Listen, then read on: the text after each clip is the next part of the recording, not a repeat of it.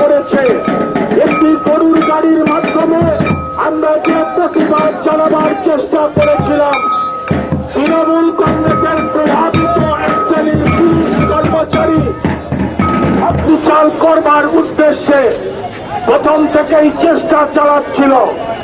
একথা আপনাদের জানিয়ে রাখি, আমরা চেয়েছিলাম একটি গরুর গাড়িকে নিয়ে আমরা প্রতীকী প্রতিবাদ জানাবো, কিন্তু আমরা লক্ষ্য করলাম যে সেই গরুর গাড়িটিকে মৌলালির মুখেই আটকে দেওয়া হলো। আমরা কারণ জানতে চাইলে পুলিশের একটি অংশ আমাদের বললেন যে গরুর গাড়ি মেট্রোপলিটন সিটিতে বেআইনি, তাই এই বেআইনি কাজ আমরা করতে দিতে পারি না। উল্লেখটি কার্যত বেআইনি ভাবে সিএসসির সামনে 21শে জুলাই শহীদ স্মরণ সভা করেন, তখন তারা কোথায় ছিলেন? আমরা বলি যতই বলা হোক যুক্তি দিয়ে যে গরুর গাড়ি অত্যন্ত ধীর গতিতে চলে, সেইটা শহরের যানবাহনকে অবরুদ্ধ করে দিতে পারে, সেই জন্য ঘোড়ার গাড়িটাকে আমরা চালাতে দিল, গরুর গাড়ি আমরা চালাতে দেব না, কারণ ঘোড়ার গাড়ি নাকি দ্রুত গতি সম্পন্ন আর গরুর গাড়ি অত্যন্ত স্লথ গতিতে চলে। আমরা বলি আমরা পুলিশ প্রশাসনের মাধ্যমে আমরা তাদের উচ্চ পদস্থ আধিকারিকদের জানাতে চাই এবং আমরা পশ্চিমবঙ্গের মুখ্যমন্ত্রীকেও বলতে চাই, যদি অত্যন্ত ধীর গতির জন্য স্লথ গতির জন্য গরুর গাড়িকে শহরে আটকানো হয়, তাহলে সব থেকে আগে যে গাড়ি কচ্ছপের গতিতে চলে সেই ট্রামকে আগে বাজেয়াপ্ত করুন, বাতিল করুন কলকাতা থেকে। আমরা এ কথা বলি, আজকে নিত্য প্রয়োজনীয় জিনিসের দাম বাড়ছে, আমরা অবাক হয়ে লক্ষ্য করি।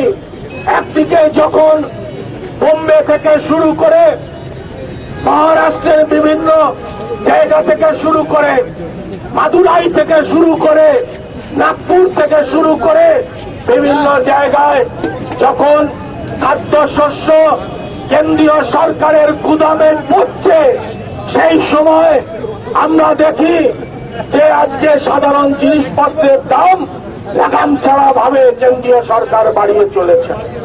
এই জিনিস আমরা বরদাস্ত করব না। আমরা দাবি করেছিলাম যুবলীগের পক্ষ থেকে, আমরা দাবি করে বলেছিলাম যে আজকে দিল্লিতে স্টেট গভর্নমেন্ট যেভাবে ডিজেলের ওপরে সেস কমিয়েছে, পশ্চিমবঙ্গ সরকারকেও কমাতে হবে। আমরা অভিনন্দন জানাই পশ্চিমবঙ্গের বামদল সরকারকে। সীমিত অর্থনৈতিক ক্ষমতার মধ্যে দাঁড়িয়েও সাধারণ মানুষের কথা ভেবে সেস কমিয়ে তার যে মূল্য 1 টাকা কমিয়েছেন।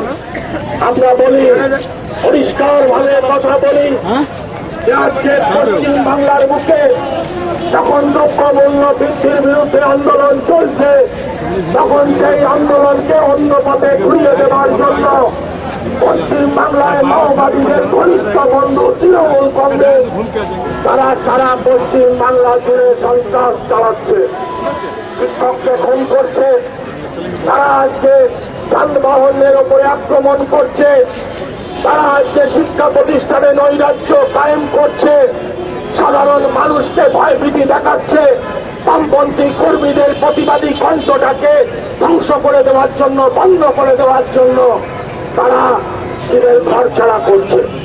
আমরা তাই বলি, আমার বক্তব্যকে দীর্ঘায়িত না করে আমাদের এই প্রতিবাদ চলবে।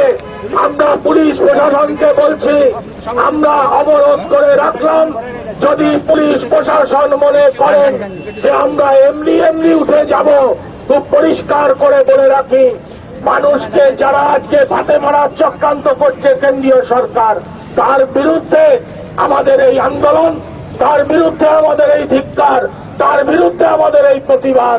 যদি পুলিশ মনে করে তাহলে আমাদের গ্রেপ্তার করতে হবে, তাহলে আমরা এখান থেকে উঠবো না। আমরা এই কথা বলি যে আজকে প্রাকৃতিক দুর্যোগকে উপেক্ষা করেও কলকাতার বিভিন্ন অঞ্চল থেকে এবং কলকাতার সংলগ্ন অঞ্চল থেকে যুব কংগ্রেসরা এসেছেন সাধারণ মানুষকে সঙ্গে নিয়ে। এখনো বহু গাড়ি পথে আটকে আছে বৃষ্টির কারণে। হাওড়া থেকে আমাদের যে গাড়িটি আসছিল সেকেন্ড হুগলি ব্রিজের কাছে অ্যাক্সিডেন্ট হওয়ায় আমাদের 5 জন কমরেড আহত হয়েছে। এখনো বহু কমরেড মিছিল করে আসছেন। তাই আমরা বলি, আগামী দিনে যদি কেন্দ্রীয় সরকার দ্রব্য মূল্য বৃদ্ধি রোধ না করেন, তাহলে আগামী দিনে আমাদের আন্দোলনকে আমরা আরো বৃহত্তর পর্যায়ে নিয়ে যাব। আপনারা আমাদের বন্ধু, যে সমস্ত পুলিশ কর্মচারীরা রয়েছেন, পুলিশ বন্ধুরা রয়েছেন, আপনারাও আমাদের বন্ধু। একটা শ্রেণী আছেন যারা পরিবর্তনের স্বপ্ন দেখছেন, যারা ম্যাডামের কাছে কুর্নিশ করতে যাচ্ছেন, তাদের উদ্দেশ্যে আমরা বলে রাখি, 7 মণ তেল পুড়বে, রাধা নাচবে না, দিদিমা হয়ে যাবে, পশ্চিম বাংলার মুখ্যমন্ত্রী হবে না। একথা আজকে এই ধর্মতলায় দাঁড়িয়ে যুবলীগ অত্যন্ত দায়িত্ব নিয়ে বলছে।